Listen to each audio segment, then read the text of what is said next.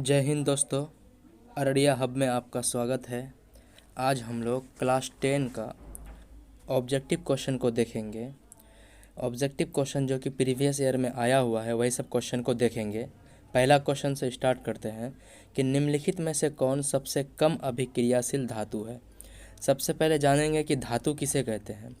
धातु और अधातु क्या होता है। धातु किसे कहते हैं?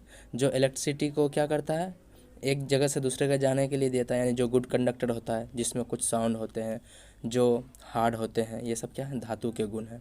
धातु में अल्युमिनियम, जिंक, लोहा, मैग्नीशियम ये सब आता है। तो इनमें से कौन कम अभिक्रियाशील होगा? क्या कहा है? कम अभिक्रियाशील। तो अभिक्रियाशील हम देख लेंगे कि अभिक्रियाशील क्या होता है। तो इस स्लाइड में हम लोग देखेंगे कि अभिक्रियाशील जैसे क्या है कि पोटेशियम, यहाँ सबसे ऊपर में कौन है? Potassium, sodium, calcium, magnesium, aluminium, carbon, zinc, ये सब जो ऊपर में है। तो जो ऊपर में सबसे ऊपर में पोटेशियम है ना, सबसे अधिक क्रियाशील है। उसके बाद सोडियम सबसे अधिक क्रियाशील है, फिर कैल्शियम है। बोलेगा कि सबसे अधिक कौन अभिक्रियाशील है, तो पोटेशियम और सोडियम होगा। लेकिन सबसे कम बोलेगा तो Au यानी कि ये सबसे कम हो जाएगा प्लेटिनम, जो कि बहुत कम रिएक्टिव है, और गोल्ड यानी कि सोना, और उससे कम चांदी। तो ये रिएक्टिव सीरीज आप याद कर लीजिएगा। ये रिएक्टिव सीरीज है कि सबसे अधिक रिएक्टिव कौन होता है और सबसे कम रिएक्टिव कौन होता है। सोना, चांदी हुआ, प्लेटिनम हुआ, ये सब कम रिएक्टिव होता है। ठीक, तो निम्न में से यहाँ पर जो दिया है इस क्वेश्चन में, इस चार में से कौन हो जाएगा सबसे कम अभिक्रियाशील? तो Fe कम क्रियाशील होगा Mg, Zn और एल्युमिनियम से। ठीक, अगला क्वेश्चन की ओर बढ़ते हैं कि कार्बन की परमाणु संख्या है। देखिए, आप कम से कम 30 तक है ना परमाणु संख्या याद कर लीजिएगा, जिसको इंग्लिश में एटॉमिक नंबर कहते हैं। तो कार्बन एक अधातु है जिसका एटॉमिक नंबर 6 होता है, यानी कि परमाणु संख्या 6 होता है। कार्बन के समस्थानिक कितने होते हैं? 3 होते हैं। जैसे कौन? हीरा, ग्रेफाइट और बकमिस्टर फ्लोरीन, ये सब जो होता है उनका क्या होता है? अपर रूप होता है। कार्बन के बारे में याद रख लीजिएगा कि ये बहुत ज़्यादा अभिक्रिया ये होता है, श्रृंखलन गुण इसमें पाया जाता है। अगला क्वेश्चन क्या है कि संतृप्त हाइड्रोकार्बन जिनमें कार्बन कार्बन परमाणु के त्रिआबंध होते हैं वे कहलाते हैं।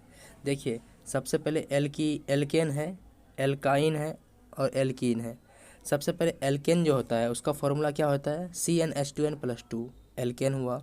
एल्कीन होता है CnH2n, और एल्काइन हुआ CnH2n-2। तो इसका आंसर हो जाएगा एल्काइन। जब एल्काइन को आप ये कीजिएगा तो उसमें त्रिबंध होता है, यानी कि ट्रिपल बॉन्ड बनता है एल्काइन में। कैसा? ऐसा ट्रिपल बॉन्ड बनेगा। और एल्कीन में कैसा बॉन्ड बनेगा? डबल बॉन्ड बनेगा। और एल्केन हमेशा सिंगल बॉन्ड बनेगा। तो असंतृप्त हाइड्रोकार्बन में एल्काइन भी आता है और एल्कीन भी आता है, लेकिन संतृप्त हाइड्रोकार्बन में कौन आता है? एल्केन आता है। समझ में आया होगा ये क्वेश्चन। अगला क्वेश्चन की ओर बढ़ते हैं। तो अगला क्वेश्चन कहता है कि एथेनॉल के क्रियाशील मूल का सूत्र है। तो एथेनॉल के क्रियाशील मूल का सूत्र, एथेनॉल का जो हो जाएगा ए नंबर OH हो जाएगा, यानी कि ये दे करके OH हो जाएगा। अगला क्वेश्चन है कि विद्युत प्रतिरोधकता का ऐसा ही मात्रक होता है। देखिए, यहाँ पर प्रतिरोध अगर होता तो उसका ओम हो जाता, प्रतिरोध होता तो ओम हो जाता, लेकिन यहाँ पर क्या बोल रहा है? प्रतिरोधकता, तो उसका हो जाता है ओम मीटर। क्या होता है? ओम मीटर। ठीक है। अगला क्वेश्चन है निम्नलिखित में कौन विद्युत का सबसे अच्छा चालक है? तो विद्युत का सबसे अच्छा चालक जो होता है, कोई भी धातु ही जो होगा जो विद्युत का सबसे अच्छा चालक होगा, तो वो क्या हो जाएगा? चांदी सबसे अधिक होता है।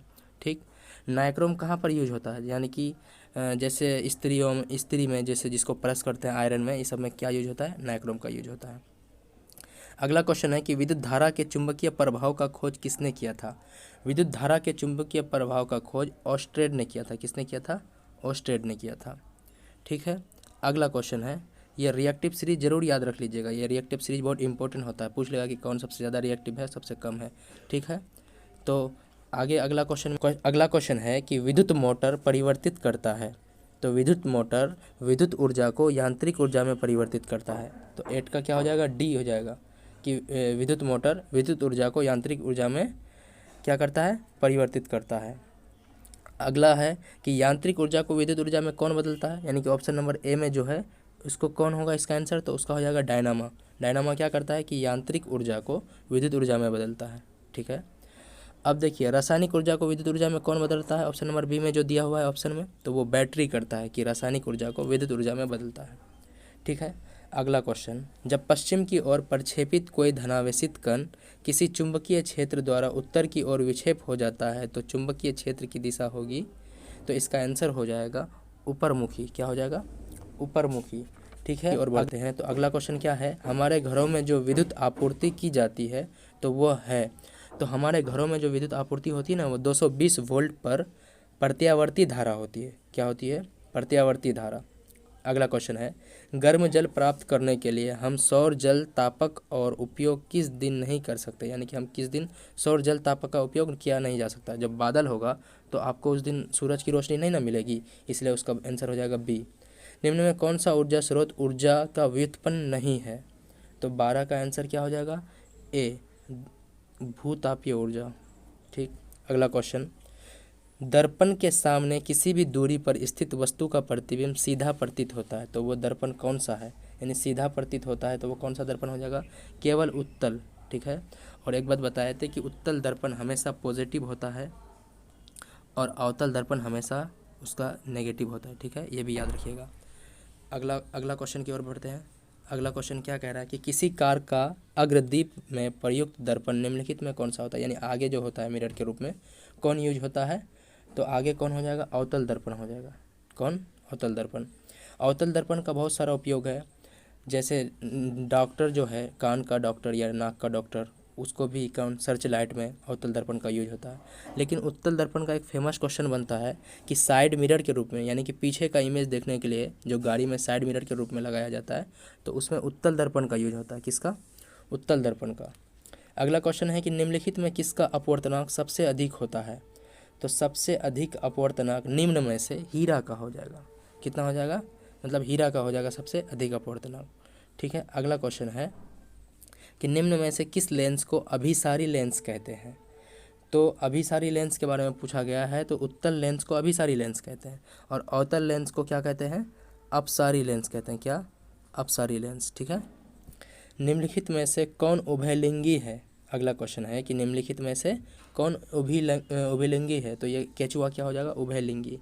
ठीक है, अगला क्वेश्चन कि मेंडल ने अपने प्रयोग के लिए किस पौधे को चुना था, तो ग्रेगर जॉन मेंडल साहब, जिसको क्या कहा जाता है, अनुवांशिकी का पिता कहा जाता है, उसने मटर का पौधे में क्या किया था, परीक्षण किया था। ठीक है, अगला क्वेश्चन है कि निम्न में से कौन एक अवशेषी अंग है।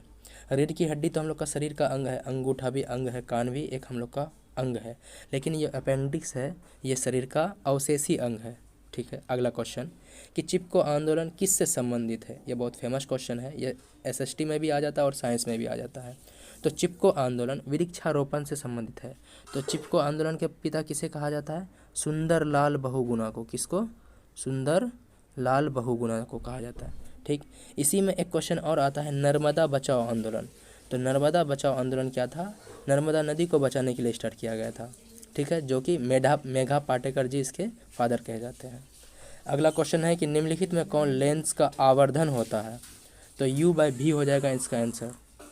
अगला क्वेश्चन है निम्नलिखित में से कौन सा रंगीन भाग होता है, तो इसका आंसर हो जाएगा कि जो परितारिका होता है उसका ये रंगीन भाग होता है। इसी में जो पुतली है ऑप्शन नंबर डी में, ये क्या करता है कि कितना आपका मतलब कि रोशनी आएगा आँख को, वो नियंत्रित करने का काम करता है। और रेटिना जो है आपके आँख में आया हुआ रोशनी को एकत्रित करता है। और एक क्वेश्चन यहाँ से बनता है कि नेत्र का दान करने वाला भाग कौन होता है, तो वो कौन होता है, वो कॉर्निया होता है। ठीक है, और कोई भी नेत्र का जो है कलर वो किसके द्वारा निर्धारित होता है, तो वो आइरिस के द्वारा होता है। ठीक है, आशा करते हैं कि वीडियो आपको अच्छा लगा होगा तो लाइक कीजिएगा और सब्सक्राइब कीजिएगा। जय हिंद।